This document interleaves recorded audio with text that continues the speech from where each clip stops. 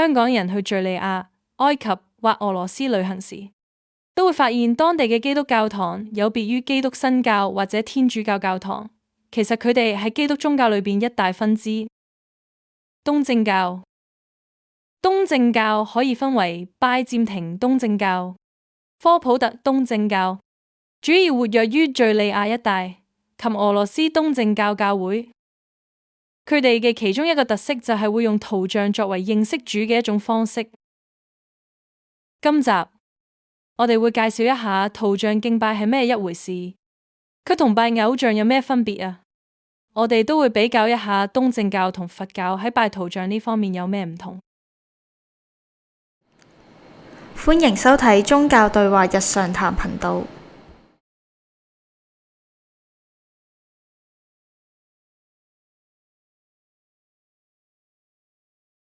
咁但係即係如果你話有啲嘅類同嘅地方咧，咪只能夠講到就係話，佛教徒呢種咁樣嘅三重嘅境界，亦都體會到一個人喺佢嘅進入咗嘅一種嘅點樣嘅神秘經驗嘅裏邊，或者喺呢一個嘅靈用翻個靈修呢兩個詞嚟講，就係佢一層一層嘅一層一層嘅提升，一層一層嘅提升，從對物嘅對事物對對象嘅一種嘅執着，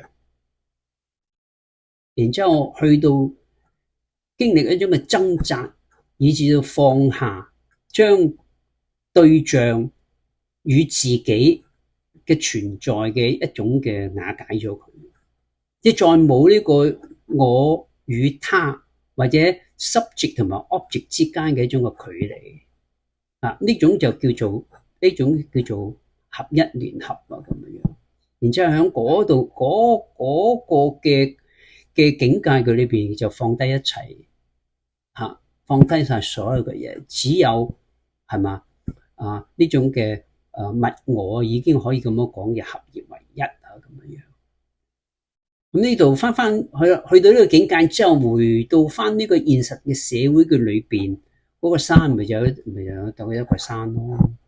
你無需要再作任何嘅去分析啊，去加或者減啊，山就山讓佢好自然地，你變得好點樣，好自在，好呢一個嘅真誠，好真實啊咁啊，睇到一個人嘅一種嘅成長，人嘅一種嘅生命嘅一種嘅轉化。咁所以山唔再似淨係一個 object 咁樣樣。已經唔會，佢個存在讓佢存在，你又都有你個存在，兩者之間已經冇呢一個嘅點樣樣嘅距離，亦都冇呢種嘅執着啊咁樣啊，咁呢種係全然嘅接納接受啊，咁對山嘅一種嘅全然嘅接受，亦都對自己全然嘅接受。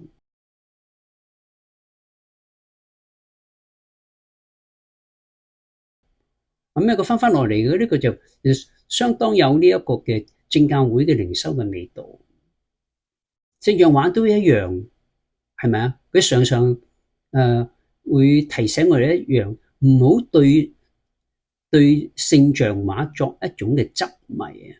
你唔好執住佢，我所講嘅對景執着，你執住佢，用英文嚟講就 attach， 啲唔好 attach 佢。嗱，你開始嘅時候你見呢一個聖像畫點啊？你見畫就係畫嚟嘅，咁你對佢一定係咪佢係幅畫？你一定叫做一幅畫嚟噶啦，係咪一個聖像畫嚟噶嘛？嗰個係耶穌像嚟嘅咁樣，嗰個係耶穌像嚇。咁你見到佢，你可能會生起一種嘅感情咯，對佢嘅一種嘅敬畏咯。咁呢個都好自然一件事情。但係正教會嘅靈修就話嗱，你唔好執迷於呢啲咁樣嘅，甚至呢啲嘅感情，你要放咗佢。咁去到另外一個階段，你見耶穌像又好似唔見到佢咁樣。呢個意思唔係話佢突然間 disappear，physically 佢響度噶，嗰幅聖像畫都響度。但係你見耶穌係嘛？見佢就。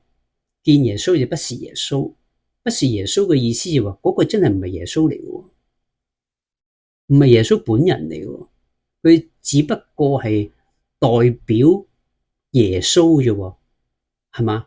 好似你見到陳國權我呢一幅嘅相片啊，你只係見到嗰個相片啊，但嗰個唔係佢，唔係陳國權本人喎，係嘛？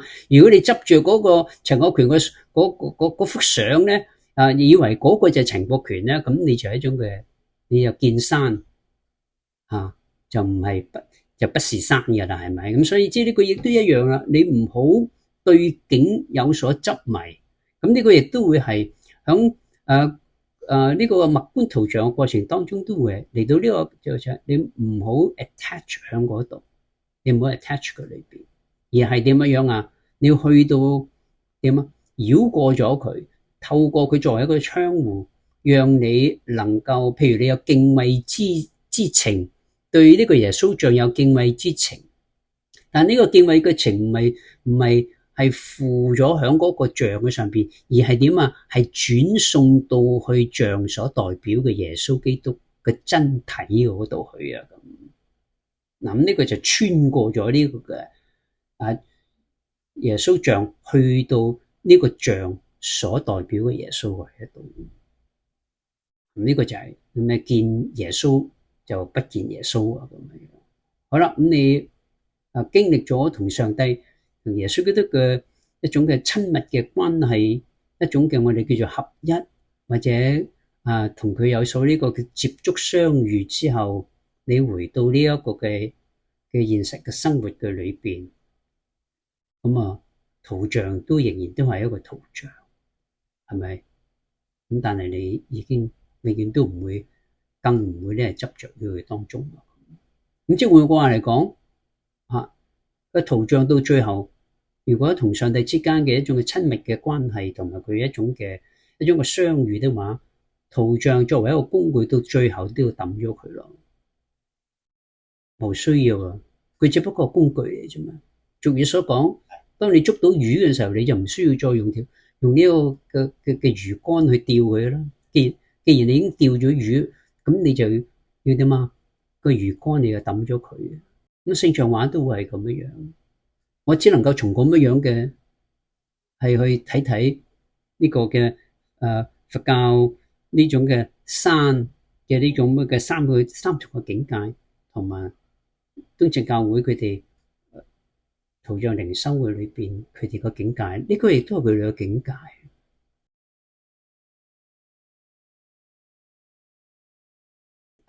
呢個學生咧係一位個牧師嚟嘅，咁佢跟我上呢一個嘅聖像畫嘅課堂。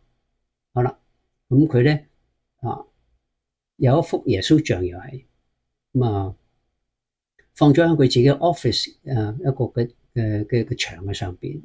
有一日有一個青年人入嚟，一陣間就同牧師講：牧師，我覺得你個辦公室同以前唔同，好寧靜，好寧靜。牧師知道啦，牧師知道點解佢個辦公室變得咁寧靜，因為佢喺牆上邊掛上咗耶穌基督個像。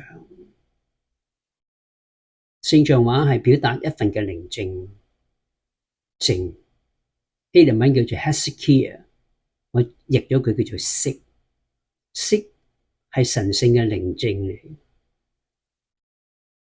只要有聖像畫就能夠係營造到一份寧靜、神聖寧靜嘅一個個氛圍。所以呢位嘅青年人感受到神聖嘅寧靜。當我哋感受到神聖嘅寧靜嘅時候，我哋就直接感受到我哋嘅上帝嘅臨在。上帝就以寧靜嚟臨在我哋嘅當中。如果鍾意我哋嘅影片，就記得 CLSS 啦。下次再見。